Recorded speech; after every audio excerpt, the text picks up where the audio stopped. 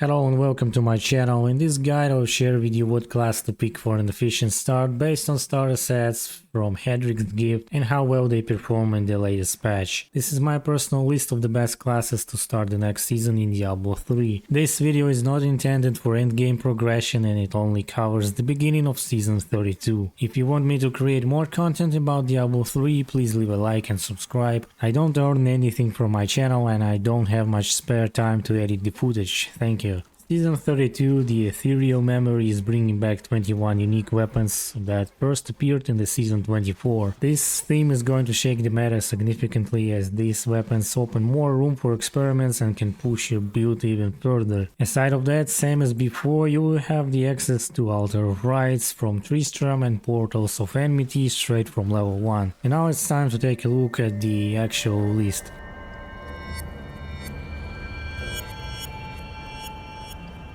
Place number 7 is Crusader. Unfortunately, this class has stayed at the same spot for many seasons in a matter of speed farming and playing speed greater rifts. There is not much to be done here because most of these sets are designed only for blasting high soul or meta greater rifts. More or less, this set is widely used for the Hammerdin build. His Blessed Hammers deals 15,000% increased damage, and whenever it hits any target, you will reduce the cooldowns of Falling Sword and Provoke by 1 second. This build is certainly doing a good job in mid and high greater rifts, but it shatters completely against other classes and sets in Bounty runs and Nephilim rifts. While his Blessed Hammer deals significant damage that synergizes with Faithful Memory and Hammer Jammers, he is not super mobile and lacks movement speed. As for the Ethereals, Crusaders have some decent weapons, for example the Redeemer, which is a must for Bombardment Thorns build, and Asterion's Iron Ward that is used in all other builds to boost Crusader skills up to 100% and increase base crit chance and damage stats. Even though Crusader can be strong in meta group and solo, he is not super fast at the beginning of the season, and this Seeker of the Light stat is not helping much.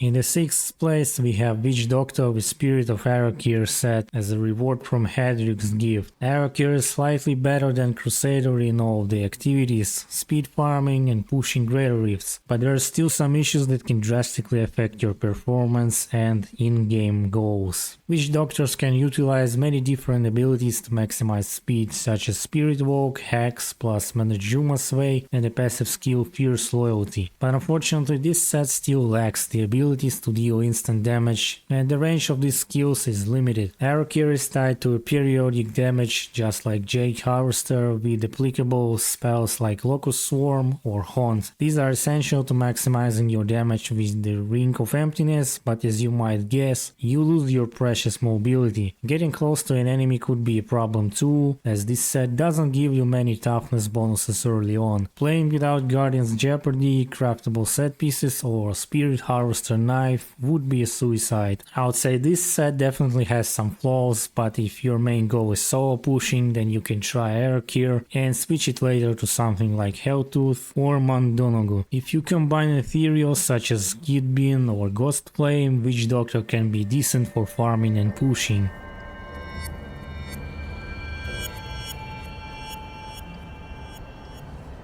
Necromancers are rewarded with Straggle Savatar set. This set I believe is strong against solo targets like bosses and elites, but he really lacks some toughness in close combat and his spending abilities require health sacrifice to maximize damage. There are many useful skills to be used with this set: Blood Nova, Skeletal Mages, Bone Spear or Corpse Lance. All of them will deal 6k% more damage, and with the help of legendaries you can become a machine of death. Pretty much anything can be used with this set depending what you find first and place in the cube. And Necromancer has one really good mobility skill, Blood Rush, if combined with Steward's Boots and different passives that utilize corpses. As for Ethereals, all of them are viable for Necromancer builds, but if you want to squeeze more damage out of your hero, look for Black Box, Sharp or Soul Harvest. Trago offers decent damage for pushing or farming greater rifts. As long as you have corpses or packs of enemies nearby, you are going to destroy everything on your way.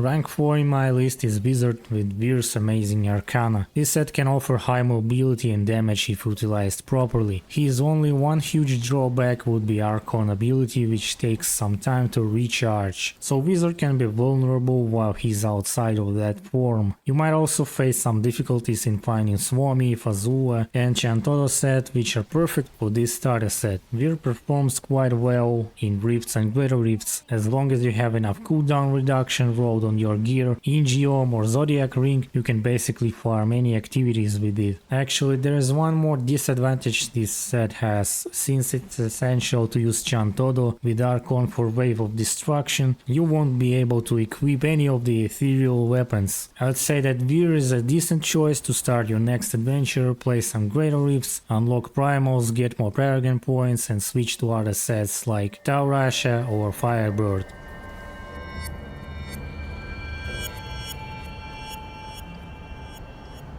Place number 3 is Barbarian and Immortal King. This set doesn't require much knowledge to play well. Pretty much your panel will be filled with Call of the Ancients, Berserker and War Cries. It can be used for Hammer of the Ancient, Seismic Slam or Furious Charge builds. What's more important is that this set includes 7 pieces instead of 6. You will be rewarded with a two-handed mighty weapon, possibly even ancient, straight from the Haedrig's gift. Of course, this weapon isn't the best suited for the builds I mentioned before, but it's definitely good for a start. As for the set bonuses itself, it has enough toughness for a start. All you need to find is the Band of Might ring, and the best way to find it is to gamble shards to Kadala. Plus, this set also gives you 4k% more damage to any skills while Berserker and Ancients are active. This means that you can use Whirlwind, Furious Charge, Hammer of the Ancients, Seismic Slam or anything else, unless you want to push it to the limit in Greater Rifts. Basically saying, this set has enough toughness and mobility and it stays strong early on. However, it is not perfect as expected. While Furious Charge is great for moving fast, it heavily depends on dense trash and his melee abilities aren't that effective for wide areas.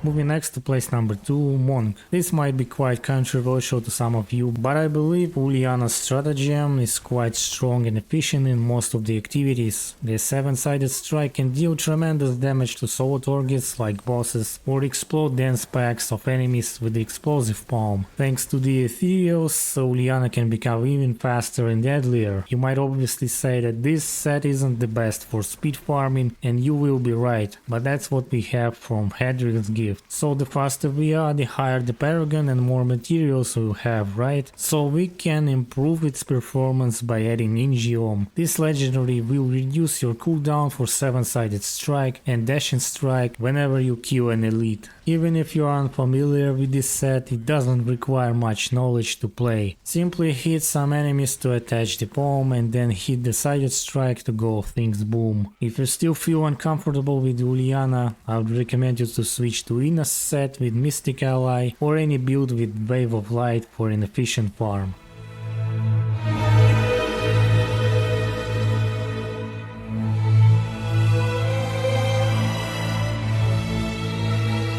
The final place number 1 is again Demon Hunter. While the Haedrig's gift might not be the best for this class, it still performs quite well in most of the activities, especially with the ethereals in season 32. Natalia's Vengeance have more than enough firepower to destroy pretty much anything if you utilize all the buffs properly and equip all the necessary legendaries. For now it is dominating the leaderboards across all modes, but speed farming with this set can be tricky. If you are searching for a class to push the leaderboards, then look no further. For speed farming, Natalia is definitely slower than Gears of Dreadlands or Unholy Essence, but that's what we have to work with. However, if you finish 4 seasonal chapters, you will be rewarded with 7 set pieces with the one-handed crossbow, which can be used straight for Greater Rift 150. Playing with spike traps requires some practice, but this pays off later if you attempt to go beyond Torment 16. For mobility, we can use Vault, Shadow Power or Smoke Screen with the passive tactical advantage. It would be enough to move fast and keep pace with the group. If you are done with this set, you can try to find Gears of Dreadlands and it will significantly increase your efficiency, and these set pieces can also be used for ZDH, Raw, Informant pushing.